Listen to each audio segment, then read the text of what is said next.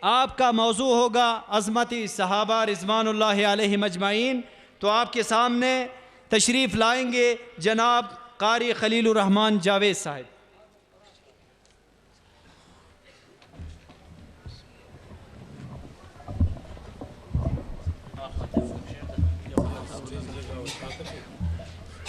جناب یہاں تار نہیں پہنچتے، تار نہیں پہنچتے۔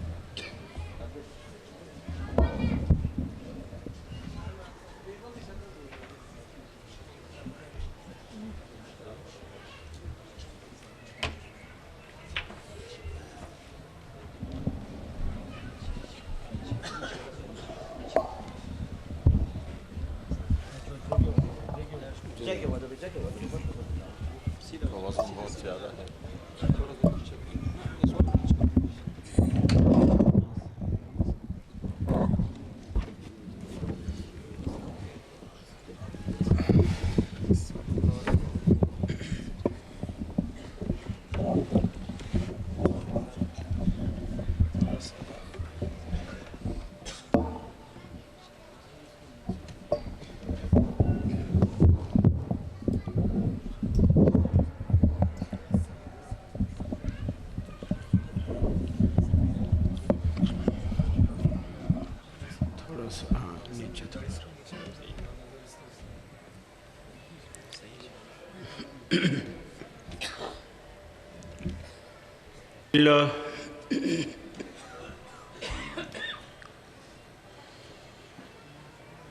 الحمد لله حمدا كثيرا كما أمر، ونشهد أن لا إله إلا الله وحده لا شريك له في الخلق والأمر، ونشهد أن سيدنا وسندنا محمدًا عبده ورسوله المبعوث إلى الأسود والأحمر لتتميم مكارم الأخلاق. لا يخلق نبي ولا رسول بعده ولا أمة بعد أمته ولا شريعة بعد شريعته ولا كتاب بعد كتابه. وصلى الله تعالى عليه وعلى آله وأصحابه الذين هم خلاصة العرب، الذين هم مفاتيح الرحمة ومصابيح الغرل. أعوذ بالله السميع العليم من الشيطان الرجيم. بسم الله الرحمن الرحيم. محمد رسول الله والذين معه أشداء على الكفار رحماء بينهم، تراهم ركعا سجدا يبتغون فضلا من الله ورضوانا، سيماهم في وجوههم من أثر السجود.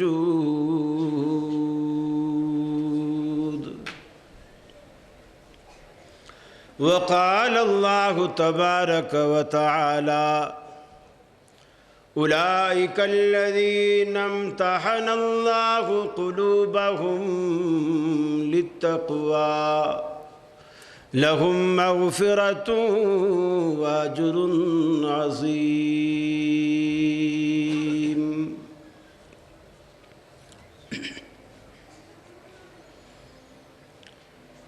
یہ مقصد ہے کہ دنیا سے جہالت دور ہو جائے، کلام اللہ سے مومن کا دل پر نور ہو جائے، یا الہی جب تک کہ میرے جسم میں جان رہے، تجھ پہ صدقے تیرے محبوب پہ قربان رہے۔ میں رہوں یا نہ رہوں پر دل کی ہے یہ دعا، دین احمد اور عزت قرآن رہے۔ الہی ہم میں پھر وہ صدیق سا ایمان پیدا کر، عمر فاروق سا کوئی جری انسان پیدا کر، رگے تحریک کٹ جائے دم عثمان پیدا کر، علی المرتضی شیر خدا کی آن پیدا کر۔ عزیز ساتھیوں، دوستوں اور بزرگوں، واجب الاحترام میرے محسن، میرے مشفق حضرت علامہ ابو تراب حافظہ اللہ، جنہوں نے مجھے آپ جیسے توحیدی ساتھیوں سے ملاقات کا شرف بخشا، قرآن و سنت کانفرنس میں اپنی معروضات پیش کرنے کی سعادت بخشی۔ میری جماعت کے جید علماء کرام حضرت علامہ عبدالعزیز نورستانی حافظہ اللہ، میرے بھائی محترم سید طالب الرحمن شاہ صاحب حافظہ اللہ، میرے لاہور سے تشریف لانے والے جماعت کے ساتھی فخر نوجوان بھائی ذاکر الرحمن صاحب، مولانا رانا خلیق الرحمن صاحب، کراچی سے تشریف لانے والے سید نصیب شاہ صاحب حافظہ اللہ، اور محترم عبدالغفور دامنی صاحب حافظہ اللہ، اور دیگر علماء کرام جن کے میں نام نہیں جانتا، میں سب کا سچی بات ہے تہ دل سے مشکور و ممنون ہوں۔ اللہ رب العالمین آپ تمام احباب کو اور تمام سامعین کو آپ کا یہ بیٹھنا، آپ کا سننا، دل جمی سے آنا اور اپنا گھر بار چھوڑنا، اللہ کے دین کے لیے وقت دینا، اپنی جناب میں قبول و مقبول فرمائے۔ موضوع آپ تک پہنچ چکا۔ یہ موضوع آپ نے دیگر احباب اور دیگر نشستوں میں دیگر جماعتوں کے علماء سے بھی سنا ہوگا۔ اہل حدیث حضرات میں اور دیگر مسالک میں جو بنیادی فرق ہے، کسی کی تعریف کا بھی اور کسی کی تنقیص کا بھی،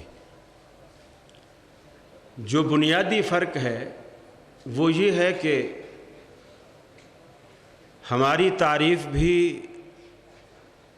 مبالغہ آرائی سے مبرہ اور بالکل پاک ہوتی ہے اللہ کے فضل سے، اور اس کی بنیاد صرف اور صرف قرآن و سنت ہوتا ہے، اور یہ مبالغہ آرائی رسول اللہ صلی اللہ علیہ وسلم نے بھی اپنی زندگی میں کبھی پسند نہیں فرمائی، وہ بے شک تعریف ہی کے ضمن میں کیوں نہ ہو۔ رسول اللہ صلی اللہ علیہ وسلم تشریف فرما تھے، مدینے کی کچھ بچیاں آپ کے سامنے دف بھی بجا رہی تھیں اور کچھ ترانے بھی گا رہی تھیں، آپ سنتے رہے۔ وہ ترانے گاتی گاتی ان میں ایک مصرع، ایک شعر ایسا لے آئیں کہ وَفِينَا نَبِيٌّ يَعْلَمُ مَا فِي غَدٍ، کہ ہمارے درمیان ایک ایسا رسول ہے، ایک ایسا نبی ہے جو آنے والے کل کی خبریں دیتا ہے۔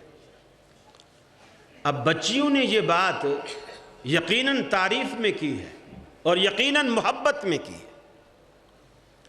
لوگ کہتے ہیں نا کہ جنگ میں محبت میں سب جائز ہے، ہم یہ نہیں کہتے۔ اہل حدیثوں کی سب سے بڑی کمزوری یہ ہے، چاہے یہ بات کریں چاہے یہ بات سنیں، سب سے پہلے دلیل مانگتے، دلیل کے محتاج۔ دلیل ہے آمنا و صدقنا، دلیل نہیں ہے کہنے والا کتنا بڑا ہے ہمیں اس کے رتبے کا، اس کی پگڑی کا، اس کی جبے کا، اس کی تسبیح کے دانوں کا ہمیں کوئی لحاظ نہیں۔ بات اگر قرآن و سنت سے ہے وہ ہماری بات، کہنے والا کوئی بھی ہو اور کہنے والا ہمارا بھی ہو، اور بات قرآن و سنت سے باہر ہو وہ ہماری بات نہیں ہے۔ میں بالکل سچی بات بتاؤں، کراچی میں ایک صاحب اسی بات پہ اہل حدیث ہوئے۔ جمعے کے ایک خطبے میں نے کہا کہ ایک کتاب ہے جو انڈیا میں چھپی، اس کا نام ایضاح الادلہ ہے، اور اتنا عرصہ ہو گیا انڈیا سے چھپی اور اب تک چھپتی آ رہی ہے، اور کراچی میں بھی آرام باغ پہ دیوبند کے بڑے بڑے مکتبے ہیں، وہاں بھی وہ کتاب چھپ رہی ہے۔ تو میں نے کہا اس کتاب میں ایک آیت غلط کوٹ ہوئی، اور وہ آیت قرآن مجید میں نہیں ہے۔ فَإِن تَنَازَعْتُمْ فِي شَيْءٍ فَرُدُّوهُ إِلَى اللَّهِ وَالرَّسُولِ وَإِلَىٰ أُولِي الْأَمْرِ مِنكُمْ، یہ ایک اضافہ ہو گیا۔ عمدن ہوا، سہون ہوا، بھولے سے ہوا، غلطی سے ہوا، جیسے بھی ہوا ہو گیا۔ اہل حدیثوں نے اپنی نشستوں میں، محفلوں میں اس کو اٹھایا، اس بات کو اچھالا، لیکن وہ آیت جوں کی توں آج تک موجود ہے، اور وہ کتاب آج تک چھپ رہی، کئی ایڈیشن چھپ چکے ہیں اسی غلطی کے ساتھ، لیکن کسی کو درستگی کا جو ہے اس کی توفیق نہیں ہوئی۔ ایک صاحب نے جمعے کے بعد کھڑے ہو کے شور مچا دیا مسجد کے اندر ہی کہ جی آپ دوسرے علماء پر اس طرح طعن و تشنیع کرتے رہتے ہیں، آپ اپنی کوئی ایک مثال دیں، اپنی جماعت کی کوئی ایک مثال دیں کہ آپ کے کسی عالم نے کوئی غلط بات کہی ہو اور دوسرے عالم نے کہا ہو کہ یہ بات غلط ہے۔ یہ تو لحاظ سارے کرتے ہیں۔ میں نے کہا نہیں، یہ بات نہیں ہے۔ میں نے مثال دی، صادق سیالکوٹی رحمۃ اللہ علیہ کی کتاب ہے صلاۃ الرسول۔ صادق سیالکوٹی رحمۃ اللہ علیہ کی کتاب ہے صلاۃ الرسول، تقریباً ہر اہل حدیث کے گھر میں موجود ہے۔ کوئی نیا ساتھی بھی آتا ہے ہم سے پوچھتا ہے مجھے نماز کے مسائل معلوم نہیں ہیں تو مجھے کوئی مشورہ دے، میں کون سی کتاب پڑھوں؟ تو ہم آسانی سے اسے کہہ دیتے ہیں کہ تو صلاۃ الرسول لے لے، اس کو پڑھ لے، تیرے بہت سارے مسائل حل ہو جائیں گے۔ اس کے بعد ایک اور صاحب آئے، اہل حدیث، وہ سعودیہ سے پڑھ کے آئے، وہ کچھ زیادہ محقق تھے، ان کے پاس تحقیقات زیادہ تھی، غالباً مولانا عبدالرؤوف ان کا نام ہے۔ انہوں نے بھی صلاۃ الرسول کے نام سے ایک دوسری کتاب لکھی، اور صلاۃ الرسول کے جو مسائل ہیں اس کو انہوں نے الگ سے بیان کر کے، اور اس میں جو کمزوریاں جہاں جہاں یعنی فنی اعتبار سے حدیث میں کہاں ضعف ہے، کہاں یہ بات درست نہیں کہی گئی، اس نے ساری نشاندہی کی اور آپریشن کر کے رکھ دیا کہ یہ سیالکوٹی صاحب نے یہاں ان سے صاحب ہوا، یہاں ان سے سہل ہوا۔ میں نے کہا دیکھو سیالکوٹی صاحب اتنے بڑے عالم تھے، اور وہ نوجوان ہے بعد میں آنے والا، اور ایک نوجوان ہمارے بزرگ کی غلطی نکالتا صرف اس بنیاد پر کہ اللہ تبارک و تعالیٰ کے رسول کا صحیح فرمان یہ ہے، جو اگرچہ بڑے کو معلوم نہیں ہو سکا یا اس کا ضعف اسے معلوم نہیں ہو سکا، آج اس نے بتایا ہے، اور تمام اہل حدیثوں نے اسے تسلیم کیا ہے۔ یہ نہیں کہا کہ چونکہ ہمارا بڑا لکھ گیا ہے پہلے لکھ، یہ ہمارا بنیادی فرق ہے۔ وہ یہ بات سنتے ہی اس نے کہا یہ کتاب موجود ہے؟ میں نے کہا موجود ہے، اور اتفاق سے مسجد کی لائبریری میں دونوں کتابیں موجود تھیں، میں نے دکھائی، الحمدللہ وہ شخص اہل حدیث ہوا صرف اسی بات پر۔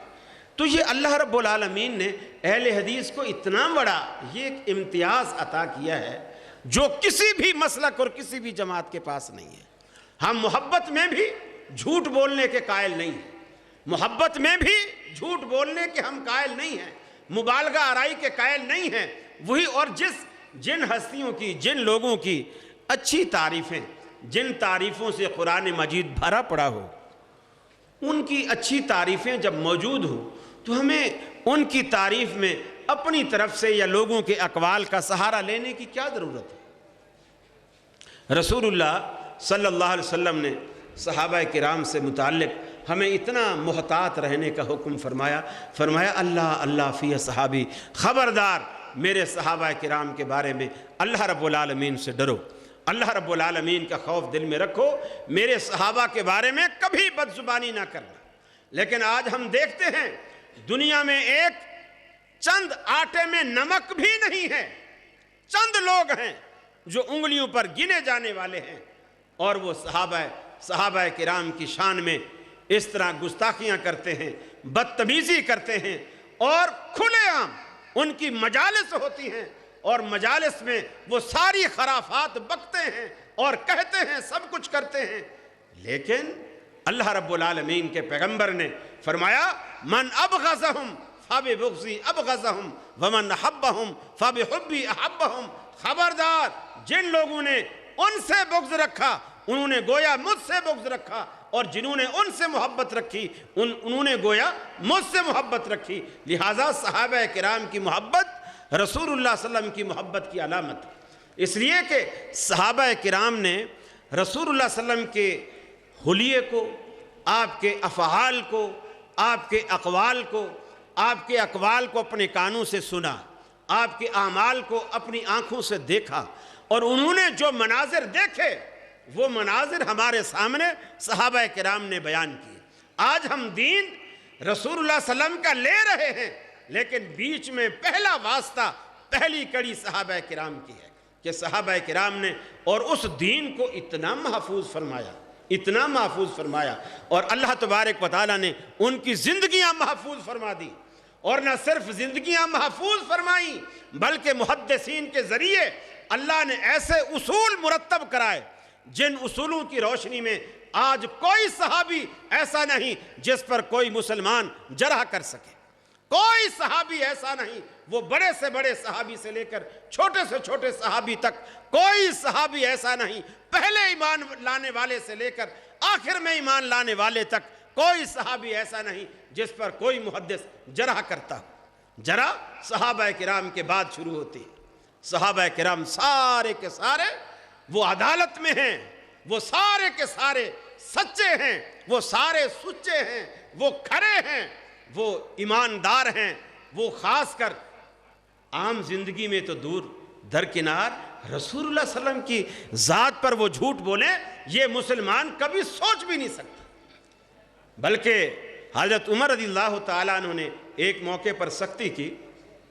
ابو موسیٰ اشعری رضی اللہ تعالیٰ عنہ غالباً مجھے تھوڑا یاد پڑتا ہے، یا ابو موسیٰ اشعری تھے یا حضرت ابو سعید خدری رضی اللہ تعالیٰ عنہ تھے، ان دونوں میں سے کوئی ایک صحابی تھے۔ حضرت عمر فاروق رضی اللہ تعالیٰ عنہ کی محفل میں آئے، آپ کچھ کام کر رہے ہیں، اور انہوں نے آ کر کے سلام کیا۔ حضرت عمر نے جواب نہیں دیا، چپ رہے، یعنی توجہ سنائی دے رہی ہے آواز لیکن توجہ نہیں ہے اس طرف۔ حضرت ابو موسیٰ اشعری رضی اللہ تعالیٰ عنہ نے دوبارہ سلام کیا، وہ چپ رہے، سیبارہ سلام کیا، سلام کر کے جب جواب نہیں آیا چلے گئے۔ عمر فاروق رضی اللہ تعالیٰ عنہ نے تھوڑی دیر بعد جب کام سے فارغ ہوئے تو یاد آیا کہ ابو موسیٰ آئے تھے اور وہاں یہ کچھ بات ایسی کر رہے تھے، تو صحابہ سے پوچھا کہ وہ آئے تھے اور کہاں چلے گئے؟ کہا کہ آئے تھے، انہوں نے سلام کیا، آپ نے جواب نہیں دیا، چلے گئے، بلاؤ ان کو۔ بلایا گیا، جب بلایا گیا تو کہا ابو موسیٰ تو آیا تھا اور سلام کیا تھا اور پھر چلا بھی گیا اور محفل میں بیٹھا ہی نہیں۔ انہوں نے کہا میں نے رسول اللہ صلی اللہ علیہ وسلم سے سنا ہے، آپ نے فرمایا تھا جب کسی کے پاس جاؤ اسے سلام کرو، 1 مرتبہ 2 مرتبہ 3 مرتبہ، اگر وہ تیسری مرتبہ پر بھی جواب نہیں دیتا تو پھر واپس چلے جاؤ۔ اس کے معنی یہ ہے اس کو تمہارا بیٹھنا منظور نہیں ہے اور تم واپس چلے جاؤ۔ میں تو رسول اللہ صلی اللہ علیہ وسلم کے فرمان کے مطابق واپس چلا گیا۔ حضرت عمر نے کہا یہ اللہ تبارک و تعالیٰ کے رسول کی حدیث ہے، یعنی مجھے معلوم نہیں ہے، یہ حدیث ہے؟ کہا ہاں یہ حدیث ہے۔ کہا گواہ لاؤ۔ وہ پریشان ہو گئے، میں اب گواہ کہاں سے لاؤں؟ اب میں گواہ لاتا پھروں، ہو سکتا ہے جس طرح آج حضرت عمر بھول گئے ہیں اس حدیث کو کوئی اور صحابی بھی بھول گیا ہو، میں گواہ کہاں سے لاؤں؟ پریشان ہو گئے۔ لیکن حضرت عمر کا حکم ہے، گواہ لانا ہے۔ مسجد نبوی میں گئے، ابی بن کعب رضی اللہ تعالی عنہ وہاں موجود ہیں۔ انہوں نے دیکھا اور کہا کہ ابو موسیٰ کیوں پریشان ہو؟ کہا کہ میں نے اس طرح معاملہ کیا ہے، حضرت عمر نے مجھ سے حدیث مانگی ہے اور میں پریشان ہوں، وہ حدیث پر گواہ مانگا ہے، میں نے حدیث انہیں سنائی ہے، انہوں نے گواہ مانگا ہے۔ حضرت ابی ابن کعب نے کہا میں گواہی دوں گا۔ جب نماز کا وقت ہوا، حضرت عمر مسجد میں آئے۔ حضرت ابی ابن کعب رضی اللہ تعالیٰ عنہ کو اتنا غصہ ہے، ناراضگی کی وجہ سے امیر المومنین بھی نہیں کہتے، یہ نہیں کہتے یا امیر المومنین، بلکہ کہتے ہیں قال یا عمر، اے عمر لا تکن لاصحاب رسول اللہ صلی اللہ علیہ وسلم عذابا، اللہ کے رسول کے صحابہ کے لیے تو عذاب نہ بن، تو مصیبت نہ بن، وہ تجھے اللہ کے رسول کی حدیث سناتے ہیں اور تو صحابہ سے کہتا ہے گواہی لاؤ۔ صحابی سے بہتر اور گواہ کون ہو سکتا ہے؟ جب ایک صحابی تجھے گواہی دیتا ہے کہ میں نے اللہ کے رسول سے یہ بات سنی ہے، تو پھر تو صحابی سے کہتا ہے کہ گواہ لا۔ تو صحابہ کرام کی عدالت یہ ایک مسلمہ چیز ہے، اس کا انکار کوئی نہیں کر سکتا۔ اور اللہ نے کیا بیان فرمایا؟ فرمایا محمد الرسول اللہ۔ جزاکم اللہ احسن جزا۔ یہ جو میں ابو موسیٰ اشعری رضی اللہ تعالی عنہ کا ذکر کر رہا تھا، یہ ابو سعید خدری، میں نے 2 نام ذکر کیے تھے، مجھے مغالطہ تھا، پیچھے سے میرے محسنین نے میری اصلاح فرمائی، اور جس نے بھی اصلاح فرمائی اللہ اس کے علم میں عمر میں برکت فرمائے، اضافہ فرمائے۔ جزاکم اللہ احسن جزا۔ آپ بھی اپنی اصلاح فرما لیں، وہ حضرت ابو سعید خدری رضی اللہ تعالی عنہ۔ رسول اکرم صلی اللہ علیہ وسلم سے کہا گیا، قرآن مجید میں اللہ نے فرمایا محمد الرسول اللہ والذین معہ اشداء علی الکفار رحماء بینہم۔ محمد الرسول اللہ کی ذات گرامی اور آپ کے ساتھ جو آپ کے جانشین شمع رسالت کے یہ پروانے۔ السلام علیکم۔ پہلے جو آپ نے بیان کیا تھا ابو موسیٰ اشعری ہے، بعد میں تائید کے لیے ابو سعید خدری آیا، پہلے بات آپ سے صحیح ہے۔ اچھا ابو موسیٰ اشعری نے کیا تو آپ نے پہلے بیان کیا صحیح ہے۔ اچھا ابو سعید خدری اس کی ترتیب۔ جزاکم اللہ حسن جزا، جزاکم اللہ حسن جزا۔ یہ اس میں ایک دوبارہ تھوڑی سی چھوٹی سی ترمیم آئی ہے کہ جو پہلے جس نے سلام کیا تھا وہ ابو موسیٰ اشعری ہی ہیں، وہ میں نے بات درست کہی تھی، اور جنہوں نے گواہی دی یعنی ابی ابن کعب کی بجائے جنہوں نے گواہی دی وہ حضرت ابو سعید خدری رضی اللہ تعالی عنہ ہیں۔ آپ اس کی اصلاح فرما لیں۔ جزاکم اللہ حسن جزا، بارک اللہ فی العلم۔ فرمایا محمد الرسول اللہ والذین معہ اشداء علی الکفار رحماء بینہم۔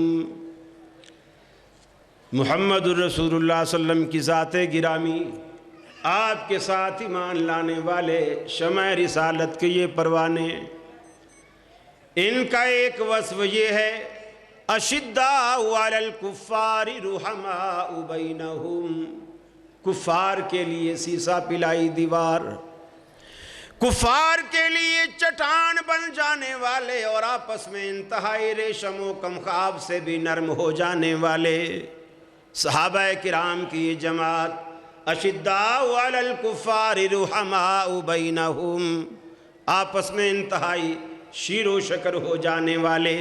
جس طرح چینی دودھ میں گھل جائے تو پھر آپ چینی کو تلاش کرتے پھریں، آپ کو نظر نہیں آتی، یکجان ہو جاتی ہے۔ صحابہ کرام کی باہم وہ محبت، وہ الفت اللہ رب العالمین نے ایسے پیدا فرما دی تھی، جب بھائی بنتے تھے تو پھر فرق نہیں رکھتے تھے، پھر جیسے آپ دودھ اور چینی کو جدا نہیں کر سکتے، اسی طرح ساری عمر آپ صدیق عمر کو بھی جدا نہیں کر سکیں گے۔ رب العالمین نے ایسی محبت پیدا فرما دی۔